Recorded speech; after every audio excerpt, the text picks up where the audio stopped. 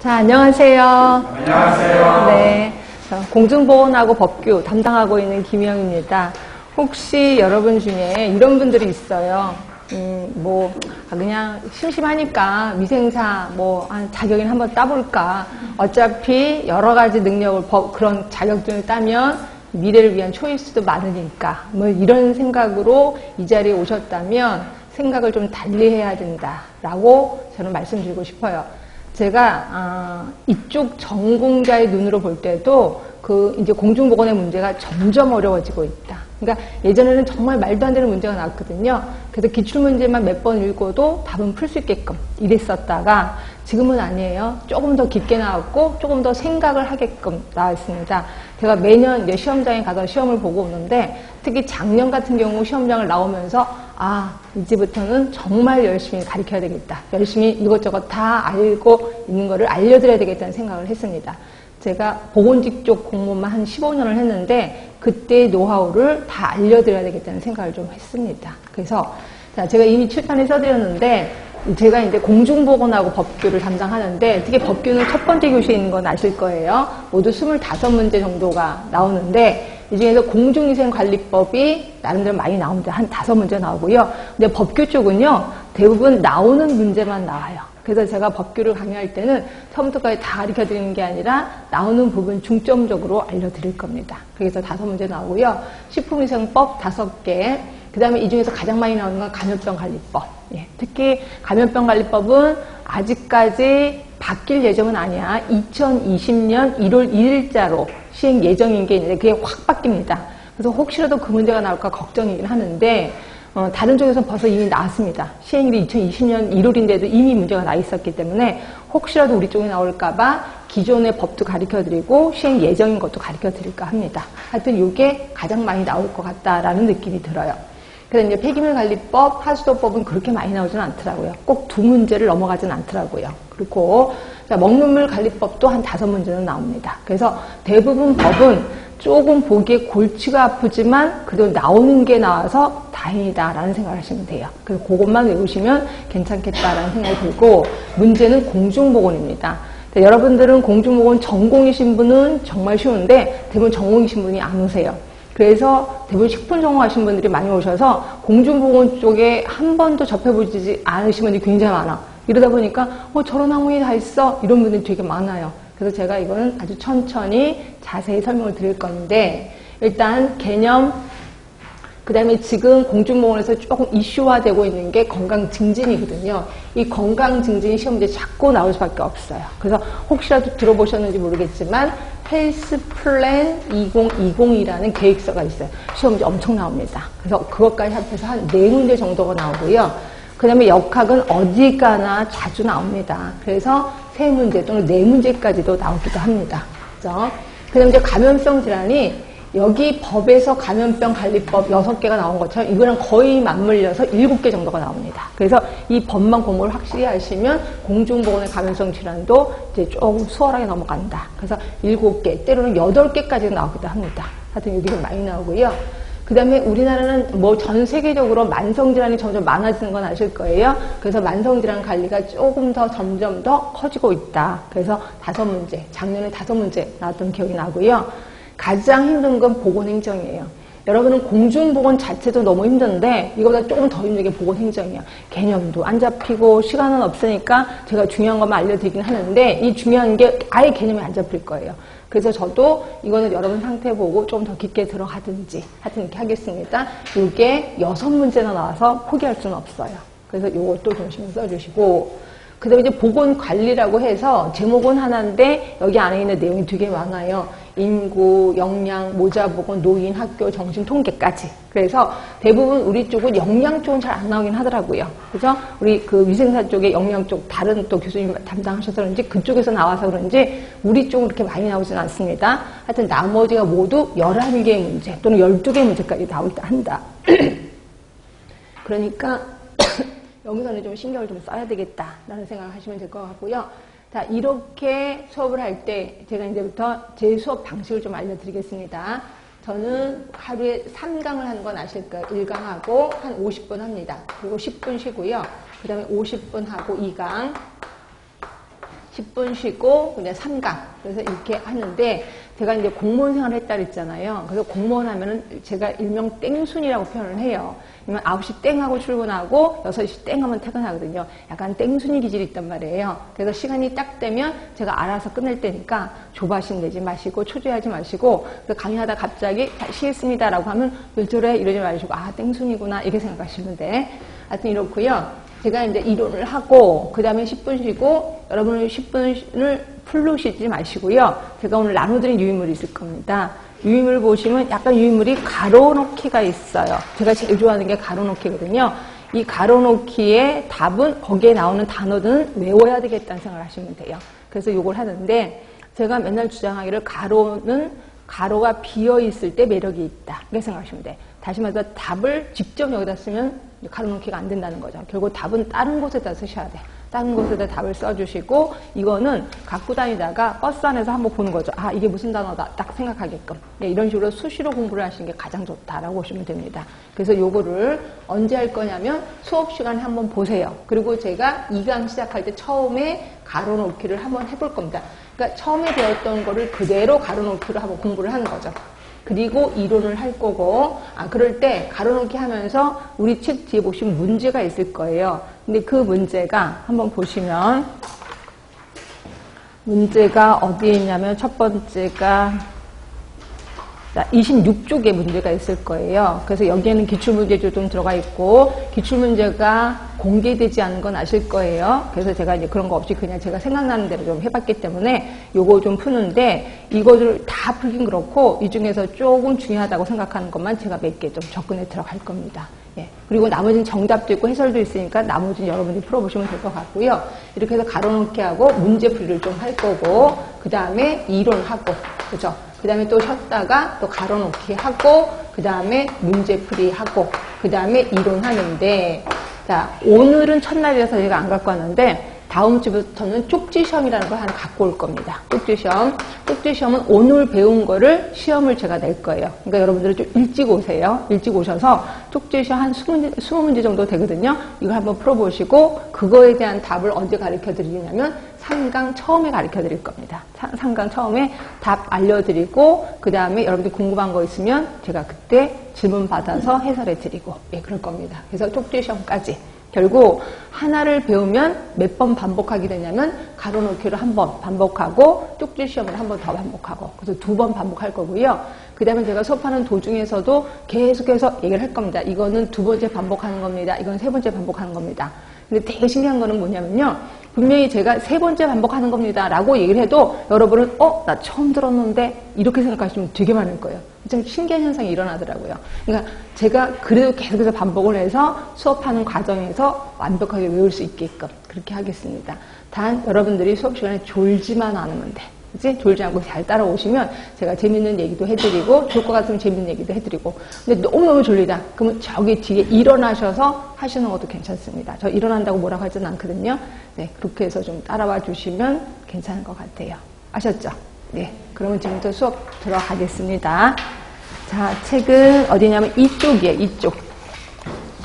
자, 공중보건학의 개념입니다. 자, 공중보건학의 개념인데 뜬금없이 처음에 건강의 개념이 나와요. 왜 건강의 개념이 나오냐면 우리가 알고 있는 건강은 아프지 않은 게 건강이지 라고 생각하잖아요. 그런데 아니라는 거예요. 공중보건에서는 건강의 개념을 다른 눈으로 보고 있습니다. 그럼 어떤 눈으로 보고 있는지 이제부터 보셔야 되겠죠. 제일 처음에 WHO가 나옵니다. WHO 중요하겠죠. 시험 문제 많이 나오겠죠. 자, WHO는 단순히 질병이 없거나 허약하지 않은 상태만을 의미하는 것이 아니고 여기까지 그냥 넘어가시면 돼. 자, 외우실 거. 신체적. 여기서는 육체적이라고 나옵니다. 육체적, 정신적, 사회적인 안녕. 이것만 외우셔야 돼. 신체, 정신, 사회. 무조건 외우시면 됩니다. 자, 근데 이 중에서 신체적 안녕은 무슨 뜻인지 감이 잡혀요.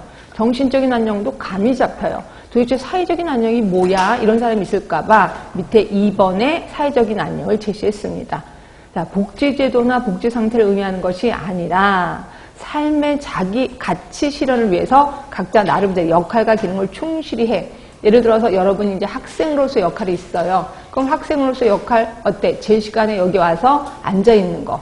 물론 앉아있느라고 엉덩이도 아프고 난리가 나. 그래도 앉아있잖아요. 그러면 이건 사회적으로 안녕한 거다라고 보시면 돼. 요게 시험 문제 좀 나왔었습니다. 사회적인 안녕을 물어보는 뜻이 시험 문제 한번 나왔었다. 그러니까 여러분들은 자기 나름대로 역할을 잘 수행하면 사회적인 안녕이구나. 이렇게 기억하시면 돼. 하여튼 외우실 거 신체, 정신, 사회적 안녕. 사회적 안녕의 뜻은 감으로 잡으시면 될 것 같고요. 그러면 WHO만 건강의 정의를 얘기를 했겠습니까? 다른 학자들도 얘기를 했겠지. 자, 히포크라테스 들어갑니다. 워낙 유명하시고 작년에도 시험 문제 나왔던 분. 자, 히포크라테스 나중에 역사할 때도 또 배우긴 할 겁니다. 자, 이분은 장기설을 제시합니다. 장기설이라는 건 뭐냐면 더러운 공기, 미아스마 시열이에요. 그때 당시에는요, 균을 발견하지 못했었어요. 그래서 더러운 공기가 내 몸에 들어오면 나는 병에 걸리는 거야. 그렇죠? 그럼 더러운 공기를 내보내려면 어떻게 할까? 깊은 산으로 가면 되겠죠. 깊은 산으로 가서 심호흡을 잘하고 이면 더러운 공기가 빠져나간다라고 생각을 한 거예요. 그러면서 이때 만든 병이 있습니다. 그 병이 뭐냐면 말라리아라는 병이에요. 그 다음에 아리아. 나쁜 공기 때문에 생기는 병, 말라리아죠. 그렇죠? 근데 말라리아는 그것 때문에 생긴 건 아니죠. 모기 때문에 생긴 겁니다. 모기 때문에. 근데 이때 히포크라테스는 말라리아라는 병을 만들었다라고 보시면 돼. 이게 작년에 시험 문제에 나왔었습니다. 그래서 장기설과 관련된 병은 뭐냐? 그럼 이제 말라리아. 이렇게 생각하시면 돼. 그렇죠? 자, 그랬고 그 다음에 또 하나 주장한 거는 우리 몸은 4개의 액체로 되어 있다. 4개의 액체가 뭐냐면 혈액, 점액, 황담, 흑담. 요거를 외우고 싶은데 잘 나오진 않더라고요. 그래서 혹시라도 나오면 그냥 답은 쓸 수 있게끔 혈액, 점액, 황담, 흑담 이렇게 4개의 액체로 되어 있구나. 이 4개의 액체가 균형을 받으면 건강한 거야. 그런데 어떤 이유에 의해서 4개 중에 하나가 커지면 병에 걸린다라고 보시면 돼요. 하여튼 이렇게 2개를 제시한 사람이 히포크라테스. 외워두시고 자, 버나드라는 사람도 우리 쪽은 아직 안 나왔는데요. 다른 쪽에서는 이미 굉장히 유명한 사람이 버나드거든요. 자, 버나드는 빗자가 이렇게 생겼잖아요. 요거 별로 안 예쁘죠? 요거 별로 안 예쁘죠? 위아래가 균형을 받으면 괜찮죠? 그래서 내부 환경, 외부 환경의 항상성을 주장하신 분이 버나드예요. 항상성. 그러니까 외부 환경이 바뀌었을 때 내부 환경이 발빠르게 움직여야 돼. 그래서 바깥이나 안이나 똑같아야 돼. 이렇게 주장한 사람이 버나드예요. 그래서 버나드는 비글씨로 좀 알아두자라고 얘기를 했고요. 자, 이 사람도 되게 중요합니다. 자, 자꾸 중요한 사람만 나와서 던은 뭐라고 표현했냐면 건강을 일직선상에 제시합니다. 일직선상. 그래서 이쪽으로 갈수록 건강한 거, 이쪽으로 갈수록 불건강한 거 이러면서 건강은 하루 중에 왔다 갔다 한다는 거죠. 그렇지? 자, 예를 들어서 제가 아침에 일어나서 세수를 하는데 오늘따라 피부가 너무 예쁜 거예요. 내 피부가 왜 이렇게 예쁘지? 그래서 이제 어떻게 잠도 잘 안 잔 것 같은데 그래서 이제 로션을 바르는데 너무 피부가 잘 스며드는 거야. 그래서 웬일이야 신나게 막 화장을 했어요. 그리고 안경을 딱 쓰니까 아니야 원래대로 되돌아왔어. 이런 거라는 거죠. 건강은 항상 기분이랑 거의 비슷해요. 그래서 즐거울 때가 있고 좋을 때가 있고 나쁠 때가 있다라고 본 거야. 결국 이거는 다른 말로 동적인 개념이라고 해요. 동적인 개념. 또는 연속성 개념이에요. 연속성 개념. 그러면 동적인 개념의 반대가 뭐예요? 동적인 개념의 반대가? 정적인 개념이죠. 그럼 정적인 개념을 제시하는 건 누구세요? 그거는 WHO죠. WHO는 아까 그래서 신체적, 정신적, 사회적으로 안녕해야 돼 이렇게 얘기를 했잖아요. 딱 끊었잖아요. 그럼 만약에 안녕하지 않아. 그럼 이건 불가능한 거야 라고 온 거죠. 그래서 WHO는 정적인 개념이에요. 그래서 WHO는 정적인 개념이고 다른 말로는 불연속 개념이에요. 그런데 비해서 던은 그거를 반발한 거죠. 그래서 던이 유명한 겁니다. 던은 동적인 개념이야. 건강은 움직일 수 있어. 내가 비록 팔다리가 없지만 건강할 수 있다는 거죠. 왜? 팔다리가 없어. 근데 입으로 붓을 물고 그림을 그렸어. 그럼 나는 건강한 거 아니에요? 그래서 건강은 하루 종일 왔다 갔다 한다라고 얘기한 겁니다. 그래서 동적인 개념, 연속성 개념 요걸 잘 알아두시면 되고요. 여러분 느낌이 어때요? 지금은 요거예요? 요거예요? 정적인 거예요? 동적일까요? 지금 느낌에 정적? 아니야. 지금은 동적인 개념이에요. 그래서 지금은 현대 사람들은 대부분 동적인 개념이 훨씬 더 유세하다라고 보시면 됩니다. 그렇죠? 자, 그래서 이제 던이라는 사람 훑어봤고요. 자, 디보스라는 사람은 그냥 보시면 돼. 건강 환경에 적응한 결과로 개인의 사회적, 정서적, 영적, 생물학적 건강을 수반하는 삶의 질, 결국 적응이에요, 적응. 예, 디보스는 적응이라는 얘기를 좀 썼구나 하시면 되고요. 자, 라논드, 이 사람도 되게 중요합니다. 라논드. 자, 이 사람은 건강은 4개에 의해서 좌지우지된다. 자, 4개가 뭐냐면 환경, 그 다음에 생활 방식, 그 다음에 인간 생물학, 그 다음에 보건의료 체계.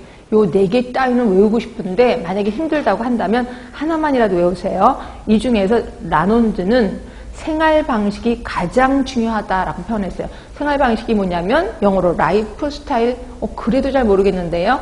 자, 이게 뭐냐면 생활 습관이에요. 한마디로 생활 습관. 그 사람의 생활 습관이 건강을 좌지우지한다는 거예요. 제가 학교 다녔을 때 철수라는 선배가 있어요. 근데 이름이 하도 술을 많이 먹어서 우리가 철주라고 별명을 붙였는데 이분이 고등학교 때까지 술 하나, 담배 하나 한 번도 안 피신 분이었는데 대학교를 딱 들어오자마자 술, 특히 소주에 피리 꽂힌 거예요. 소주를 엄청 좋아하시는 거예요. 근데 얼마나 좋아하셨는지 술을 항상 갖고 다녀요. 학생이니까 돈은 없으니까 안주를 못 먹는 거죠. 그래서 이렇게 차고 다니다가 술을 홀짝홀짝 먹는 거예요. 수업 시간에도 홀짝홀짝 먹고 항상 술에 취해 있어요. 그래서 맨날 후배들 보고 이쁘다 이쁘다 그래서 많은 후배들이 되게 좋아했던 선배거든요. 키도 커요. 185고 등치도 되게 커요. 하여튼 그랬던 선배가 4학년 때 수업하다 갑자기 쓰러진 거예요. 그러면서 응급실에 갔다는 거예요. 그래서 우리 놀래가지고 또 후배들이 갔죠. 쫓아갔더니 상태가 별로 안 좋아요. 그래서 어떻게 그랬더니 괜찮아 근데 술이 먹고 싶다는 거예요. 계속 그러시다고요. 그들이 좀 있다가 상태가 아주 안 좋아서 중환자실로 갔고 그 다음에 보름 만에 돌아가셨습니다. 그래서 깜짝 놀랐습니다. 그러니까 사람의 생활 습관이 4년 동안 되면 이게 좋을 수도 있다는 걸 알게 됐습니다. 이거예요. 그래서 라논드는 생활 습관이 건강을 좌지우지한다라고 표현을 했고요. 요 말 때문에 건강 증진의 원형이 됐습니다. 거기다 안 쓰세요. 이분이 그 생활 습관이 50% 또는 60%까지 차지한다라고 표현을 했기 때문에 요 말 때문에 건강 증진의 원형이 됩니다. 그래서 유명하신 분이 라논드. 아까 건강 증진 제가 제일 처음 얘기했죠. 건강 증진 지금 뜨고 있다라고 얘기를 했잖아요. 그렇죠? 이거예요. 그래서 건강 증진의 원형이신 분이 라논드예요. 그래서 시험 문제 좀 자주 나온다. 특히 무슨 말을 해서 생활 방식이 거의 60%를 차지한다고 얘기를 해서 그렇게 해서 알아두시고.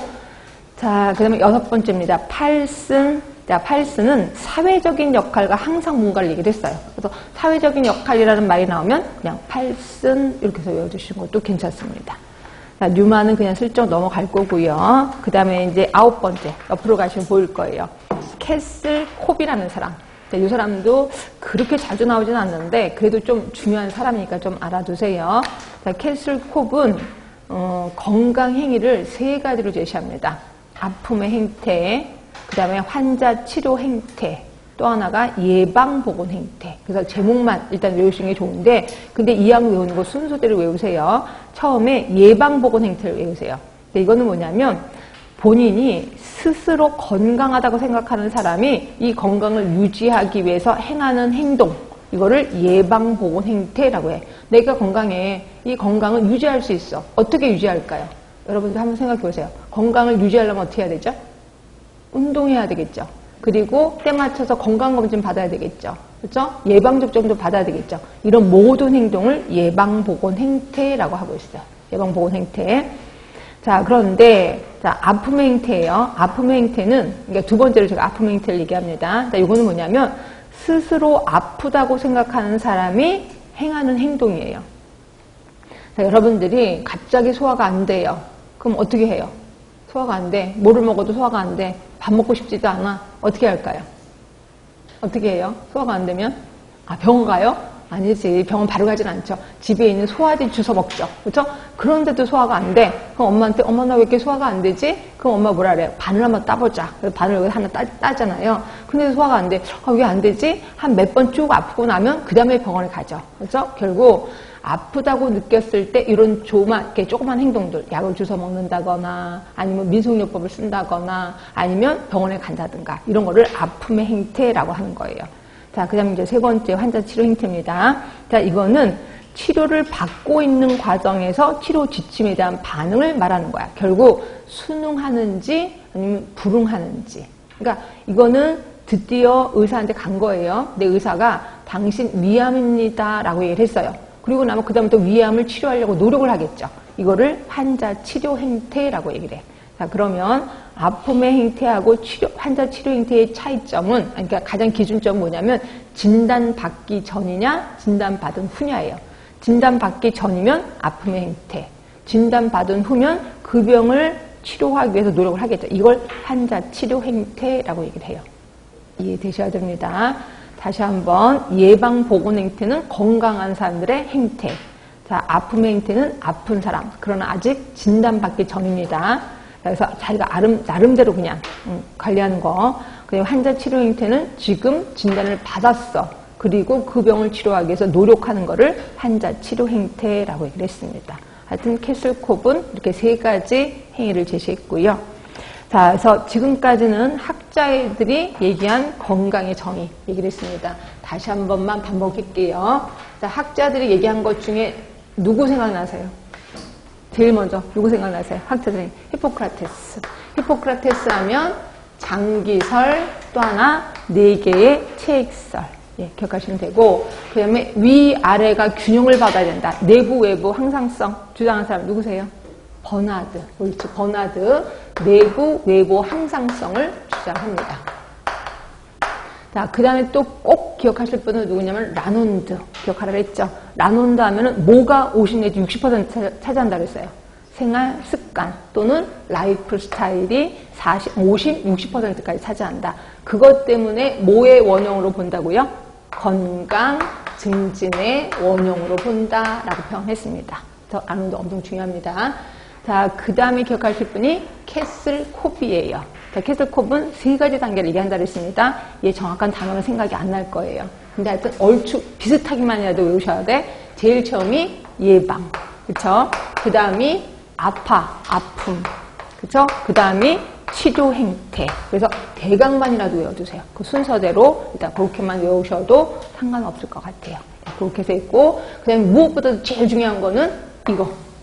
기억하시죠? 연속성 개념. 누구세요? 이분? 예, 이분 되게 중요합니다. 그래서 요분들은 머릿속에 좀 기억을 해주셨으면 좋겠다라고 보시면 돼. 자, 그 다음에 건강 개념의 변천을 볼게요. 19세기 이전에는 신체 개념이에요. 신체 개념. 그러니까 몸에 균이 들어가면 아픈 거야. 근데 균이 빠져나가면 괜찮은 거야. 그래서 신체 개념이고, 19세기는 심신 개념이야. 이거는 좀 이따 다시 한번 얘기를 할 겁니다. 일단 여기서는 신체 개념이었고 심신 개념이었고 그다음에 생활 개념으로 바뀌었구나. 자, 생활 개념에는 WHO가 한 얘기가 나옵니다. WHO 아까 뭐라 했어요? 신체, 정신, 사회적인 안녕. 요 3개가 묶어서 생활 개념이에요. 그죠? 3개입니다. 신체, 정신, 사회적인 안녕. 이거를 우리 생활 개념이라고 하는 거고요. 그 다음에 동그라미 2번에 보시면 98년에 영적인 개념을 한번 운운한 적이 있었어. WHO에서. 아까 신체, 정신, 사회 말고 영적인 안녕 하나 집어넣자. 근데 그때 당시에 되게 말이 많았었습니다.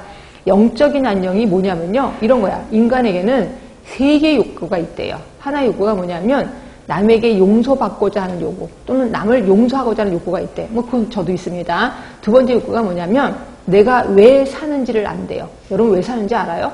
모르잖아요. 말도 안 되는 거죠. 그래서 이거 말도 안 돼. 그 다음에 또 하나가 뭐냐면 절대자와의 사랑을 주고받아야 된대. 이때 절대자는 누구냐면 종교가 있다 없다예요. 그래서 종교가 있으면 영적으로 건강한 거야. 종교가 없으면 영적으로 불건강한 거야. 이렇게 얘기한 거죠. 그래서 많은 사람들이 말도 안 돼. 그래서 운운하다가 채택이 안 된 게 영적인 개념이라고 보시면 되고요. 그런데 우리 쪽은 아직까지 안 나왔습니다. 근데 다른 쪽에서는 이런 문제가 한번 나온 데 있었어요. 자, 그 건강에 대한 개념이 맨 처음에 신체 개념이에요. 그렇죠? 그 다음에 무슨 개념이라고요? 그 다음 무슨 개념? 조금 전에 봤는데 신 개념. 그렇죠? 그 다음에 뭐라고요? 생활 개념. 그래서 3개였거든요. 근데 지금 현재는 무슨 개념이 더 추가되느냐 이렇게 한번 시험 문제 나온 데 있었어. 그게 뭐였냐면 영적인 개념이에요. 영적인 개념. 우리 쪽은 한 번도 나온 적은 없습니다. 이제 그런 문제가 나올까 봐서. 그래서 신체, 심신, 생활 개념까지 현재 왔는데 앞으로는 영적인 개념이 더 들어갈 수도 있다. 이렇게 생각하시면 돼. 그래서 제가 그 밑에다가 영적인 개념을 하나 써놨다라고 보시면 되고요. 자, 그래서 건강 개념의 그 변천에 대해서 한번 훑어봤고요. 그 다음에 네 번째 보시면 건강의 모형, 모델에 대해서 할 건데 네 가지를 할 겁니다. 1번에 보시면 생의학적 모델. 자, 뒤로 잠깐만 갈게요. 뒤에 가시면 생태학적 모델. 그 다음에 세 번째는 사회 생태학적 모델 있고요. 그 다음에 살짝 옆으로 가시면 5번에 총체적 모델이 있어요. 이 5개 좀 설명을 드릴까 합니다. 자, 일단 저는 설명 드린 다음에 줄쳐 드리도록 할게요. 자, 맨 처음에 생의학적 모델.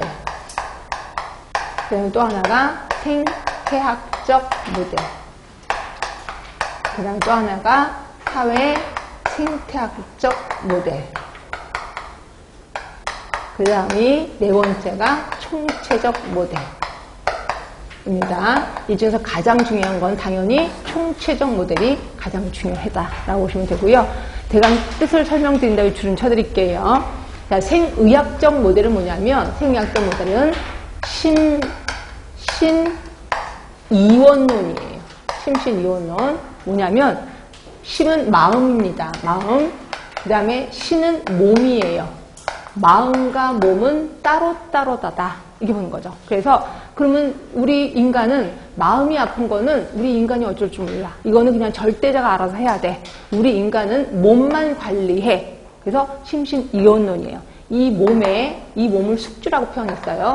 숙주 안에 병원체가 들어가면 병이 생기는 거야. 근데 숙주 몸에 병원체가 빠져나가면 건강한 거야 라고 본 거죠. 그럼 마음은 몰라? 이렇게 본다는 거죠. 근데 그때 당시에 생리학적 모델일 때는 환자를, 지금은 환자 수술할 때 뭐예요? 마취제 하잖아요. 근데 마취제가 없었을 당시엔 뭐 하는 줄 아세요? 마취제 없었을 당시엔 술을 먹였어요. 그러니까 술을 먹이고 수술하는 거예요. 근데 환자가 계속 소리를 아프다고, 야 시끄러워, 술 더 먹여, 이러는 거죠. 술을 계속해서 먹여요. 그러니까 한쪽에서는 술 먹이고 한쪽에서는 수술을 배쩍 갈라놓고 수술하는 거예요. 그래서 시끄러우니까 술 더 먹여. 근데 조용해졌네. 그래서 수술 계속해. 그래서 수술 다 끝나면서 수술 다 끝났습니다. 딱 봤더니까 죽었어. 아, 하느님이 데려갔구나. 이거예요. 이게 심신이원론이야. 몸과 마음은 따로따로다라고 본다는 거죠. 근데 솔직히 안 그렇잖아요?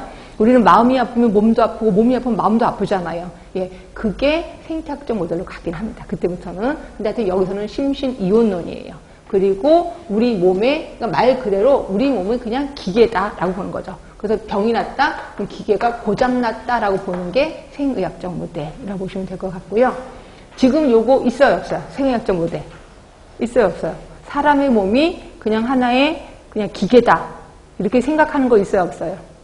있지 않아요? 그게 뭐예요? 장기이식이잖아요. 장기이식. 그죠? 장기이식하는 거 하기 위해서 만든 게 뭐예요? 혹시 아세요? 장기이식하기 위해서 장기이식을 뭘로 해요? 누구 걸 해요? 죽어있는 사람 걸 하잖아요. 근데 중국에서는 되게 재밌는 게 뭐냐면 중국 사람들은 인구가 되게 많은 건 아시죠? 그래갖고 예전에 한번 몇 해 전인가 1년 전인가 중국이 인터넷에서 난리 나져 있었어요. 되게 잘생긴 남자, 진짜 딱 봐도 너무 잘생겼는데 이런 남자가 있었는데 그 남자가 노점상을 했던 사람이에요. 근데 노점상을 이렇게 치우는 공무원이 이제 와서 이거 치우라고 했대요. 치우라고 하면서 이거 부셨나 봐요. 그러니까 이 사람이 너무 젊은 혈기에 화가 나니까 이 사람을, 이 공무원을 밀쳤어요. 밀쳤다는 거 하나만으로 사형선고를 받아요. 그래서 그리고 인터넷에서 난리가 난 거예요. 그 여동생이 우리 오빠 살려주세요. 우리 오빠 22살밖에 안 되는데 살려주세요. 그래서 오빠 얼굴을 인터넷에 올려놨는데 너무 잘생겼더라고요. 그래서 전 세계 여성들이 막 흥분한 거죠. 이 남자 살려야 된다. 그런데 사형 선고 받은 지 한 달 만에 진짜 사형당했습니다. 근데 되게 웃긴 건 뭐냐면 그 사람의 눈을 노린 여자가 있었어요. 그 사람의 눈이 너무 이쁘다는 거예요. 나 저 눈 갖고 싶어. 그러니까 저 사람 죽여주세요. 돈 많은 여자가. 그래서 그 사람 죽자마자 눈을 가져갔대요. 이게 장기이식이라고 생각하시면 됩니다. 결국 이런 모든 것들이 생의학적 모델에서도 출발을 했다라고 보시면 됩니다. 그래서 지금 얻는 게 아니라 지금은 열심히 있습니다. 그게. 그 다음에 이제 생태학적 모형으로 갈게요. 생태학적 모형은 하나가 더 생겨요. 숙주, 그 다음에 병원체, 그 다음에 또 하나 생기는 게 환경이에요. 요 세 개가 그러니까 건강을 좌지우지한다라고 보시면 되고요. 특히 이걸 갖고 그림도 그렸습니다. 나중에 배우시긴 하겠는데, 역학에서 배우시긴 하겠는데, 환경이 받침대야. 그리고 여기가 병원체야. 그리고 여기가 숙주야. 그래서 요 세 개가 균형을 받으면 건강한 거야. 근데 균형이 깨져? 그러면 불건강한 거다라고 본 게 생태학적 모형이에요. 그럼 생태학적 모형은 요 세 개 중에 가장 중요하다고 생각한 거 뭐냐? 환경이 가장 중요하다라고 생각을 했습니다. 그렇죠?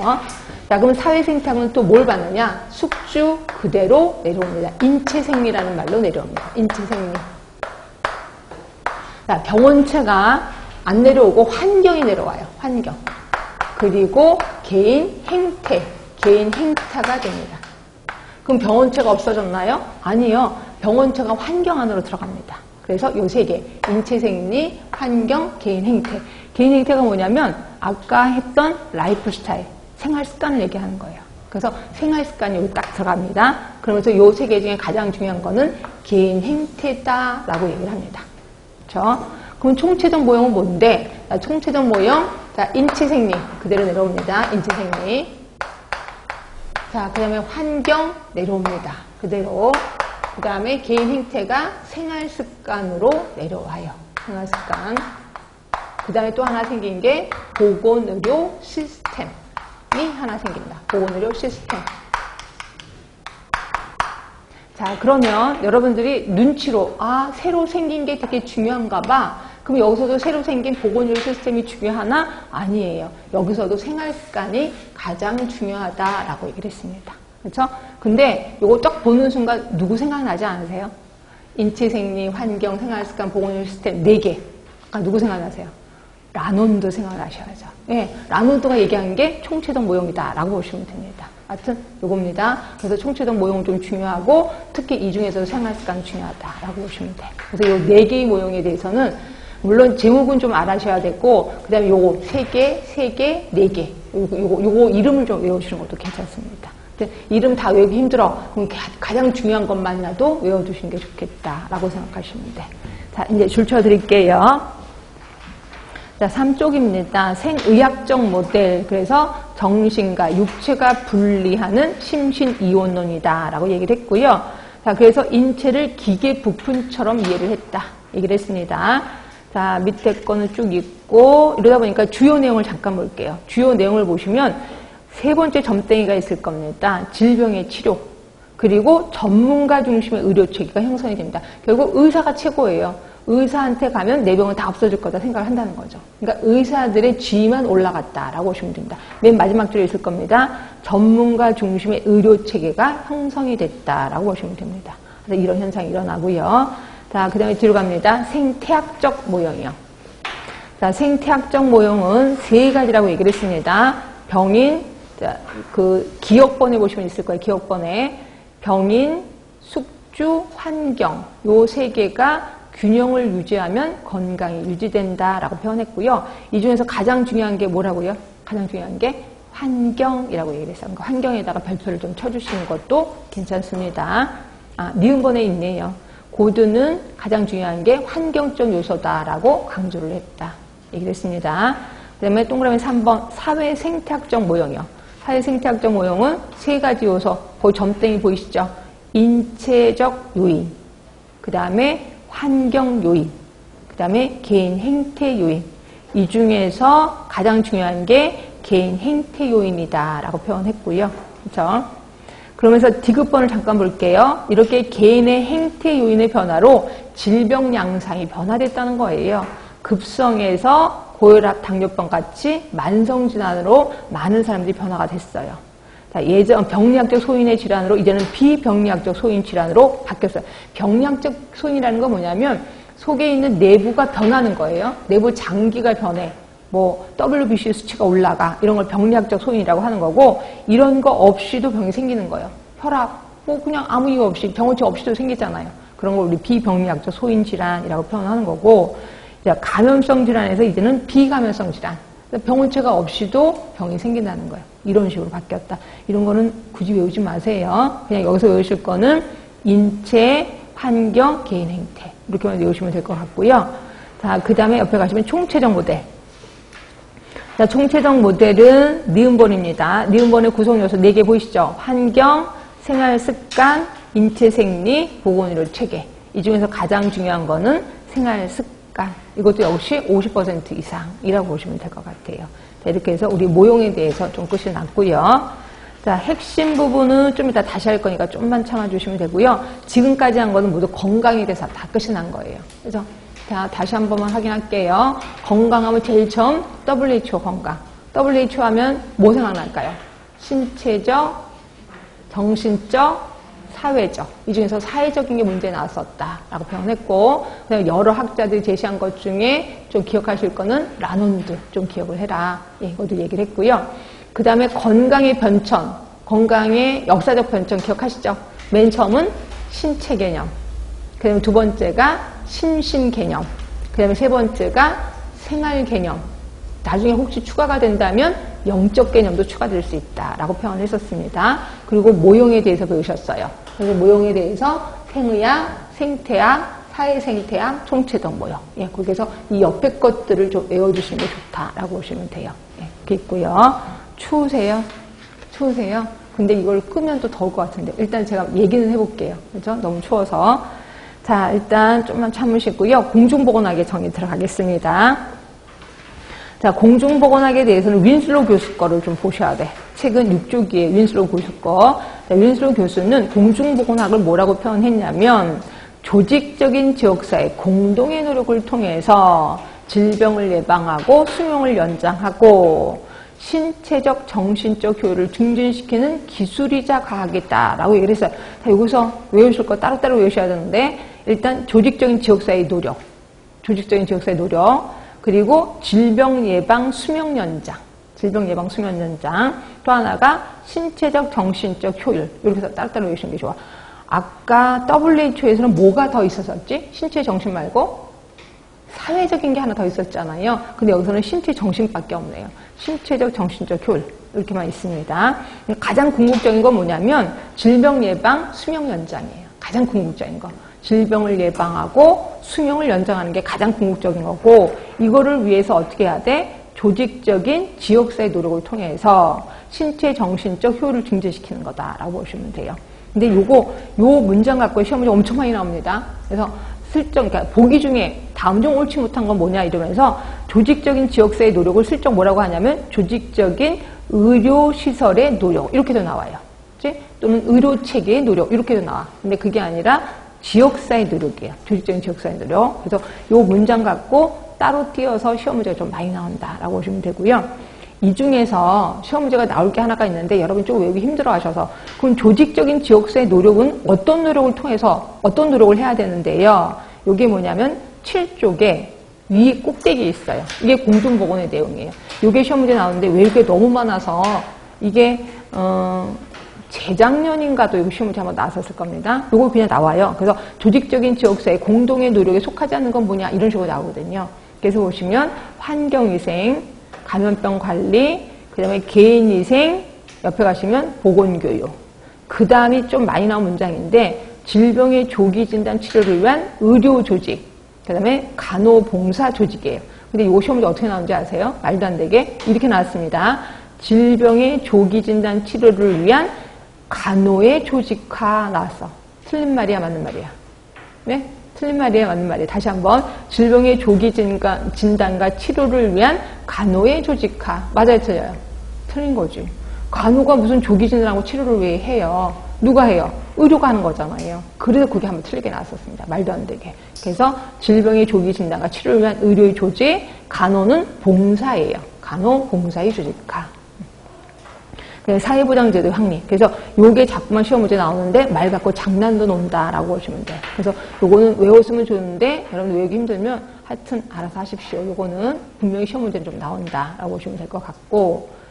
자, 그 다음에 공중보건과 유사한 학문이 있어요. 그래서 공중보건과 유사한 게 위생학이에요. 그래서 우리가 위생 쪽에서 우리 공중보건을 배우는 거고요. 예방의학, 사회의학, 지역사회의학, 건설의학 이런 것들 모두 공중보건과 유사한데 만약에 여기에 치료의학이라는 말이 들어가. 치료의학. 그러면 틀린 말이에요. 치료의학은 치료 쪽이에요. 우리 보건은 치료 쪽 하면 치료라는 말이 나오면 웬만하면 틀려요. 그러니까 여러분들은 여기서 다음 주 공중보건학과 유사한 학문이 아닌 거 뭐냐? 그래서 치료의학이 들어가면 그건 틀린 거다라고 보시면 됩니다. 하여튼 이렇게 보고요. 자, 그러면서 그 밑에 핵심 포인트를 잠깐 볼게요. 요거는 외우는 건 아니고 비교를 좀 하시라는 거죠. 공중보건과 임상의학, 그러니까 병원 얘기를 하는 겁니다. 좀 비교를 해봤더니 공중보건학은 대상이 지역사회 전체 주민이야. 그런데 비해서 임상의학은 개인 환자 중심. 그쵸? 병원에 가면은 환자 중심이잖아요. 자, 목적 보세요. 공중보건학은 육체적, 정신적. 아까 했었던 거잖아. 육체, 정신의 능률 증진. 그러나 임상의학은 투약해주고 재활해주고 복귀하는 거예요. 이해되시겠죠? 자, 공중보건학의 평가 항목은 보건통계예요. 그래서 우리 통계도 배울 겁니다. 임상의학은 임상검사. 아, 이런 차이가 있구나. 굳이 외우진 않아도 되죠. 그래서 공중보건은 이런 거구나 라고 보시면 될 것 같아요. 그렇죠? 자, 그래서 이제 공중보건학의 정의에 대해서 얼추 다 얘기를 했고요. 그럼 이제 공중보건학의 역사에 들어갈 건데 요건 조금 양이 많거든요. 그래서 요건 조금만 쉬었다가 하겠습니다. 조금만 쉴게요.